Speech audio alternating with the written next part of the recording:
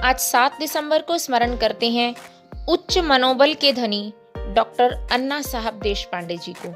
Doctor अन्ना साहब देशपांडे संघ के प्रारंभिक कार्यकर्ताओं में से एक थे। उनका जन्म 7 दिसंबर 1890 को वर्धा जिले के आष्टी गांव में हुआ था। प्राथमिक शिक्षा नागपुर में होने से उनकी मित्रता डॉक्टर हेडगेवार जी से हो गई। उनकी भव्य कदकाठी और बोलने की शैली भी डॉक्टर जी से काफी मिलती थी। नागपुर के बाद वे अमरावती चले गए। वहां से इंटर साइंस करने के बाद उन्होंने मुंबई से MBBS की उपाधि ली। इस प्रकार प्रशिक्षित चिकित्सक बनकर उन्होंने अमरावती जिले के परतवाड़ा में अपना चिकित्सा कार्य प्रारंभ किया। 4 वर्ष बाद उन्होंने आरवी को अपना निवास बनाया। जब डॉक्टर जी ने संघ की स्थापना की तो अन्ना साहब पूर्ण निष्ठा के साथ उनके साथ जुड़ गए। अन्ना साहब ने चिकित्सा कार्य करते हुए भरपूर यश अर्जित किया। चिकित्सा करते समय वे गरीबों के साथ विशेष सहानुभूति का व्यवहार करते थे।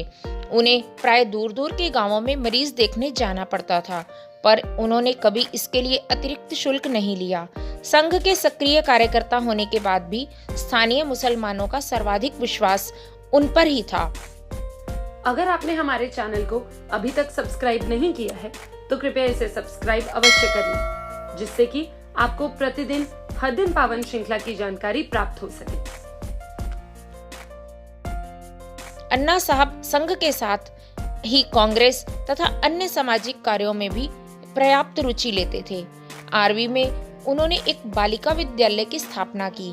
1928 से 30 तक वे स्थानीय बोर्ड के अध्यक्ष रहे।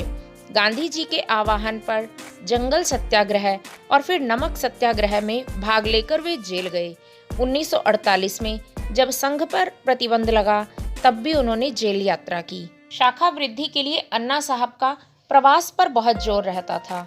वृद्ध होने पर जब कोई उन्हें अब प्रवास न करने को कहता तो वे जवाब देते कि मुझे यह सब करने दीजिए, इससे मैं कुछ और समय तक जीवित रह सकूंगा। प्रवास में वे अपना सामान किसी दूसरे को नहीं उठाने देते थे। उन पर विभाग संघ चालक की जिम्मेदारी थी। किसी शिविर या बैठक आदि में उनके बुजुर्ग तथा संघ चालक होने के नाते ठहरने की व्यवस्था यदि अलग की जाती थी तो वे कहते थे कि आप मुझे सब लोगों से दूर क्यों रखना चाहते हैं, मैं सबके साथ ही ठीक हूँ। अन्ना साहब का मनोबल बहुत ऊंचा था। उनका मत था कि हमें हर परिस्थिति में संघ कार्य करते रहना चाहिए। 1960 में आरवी में लगे संघ शिक्षा वर्ग में वे सर्वाधिकारी थे। इस बीच चोरों ने उनके घर में सेंध लगाकर 35,000 रुपए चुरा लिए। इसका मूल्य आजकल संभवतः 35 लाख रुपए के बराबर होगा। यह उनकी न जाने कितने वर्ष की बचत थी, पर स्थित प्रज्ञ अन्ना साहब यह कहकर फिर काम में लग गए कि अच्छा हुआ भगवान ने दिवाला निकालकर सब झंझटों से मुक्त कर दिया। एक बार संपूर्ण विदर्भ प्रांत का बड़ा सम्मेलन हो रहा था। 10,000 स्वयंसेवक आए थे। चालकों के आवास के पास आधा खुदा हुआ एक कुआं था। वे उसमें गिर गए। कुएं में पानी बहुत कम था।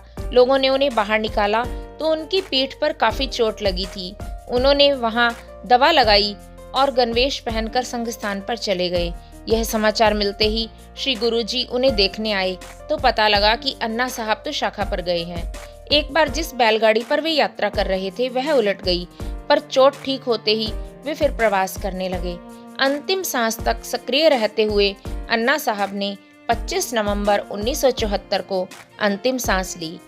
कमेंट सेक्शन में जाकर आप अपने कीमती सुझाव अवश्य दें, जिससे हम इस कार्य को और अच्छे तरीके से कर सकें। भारत माता की जय।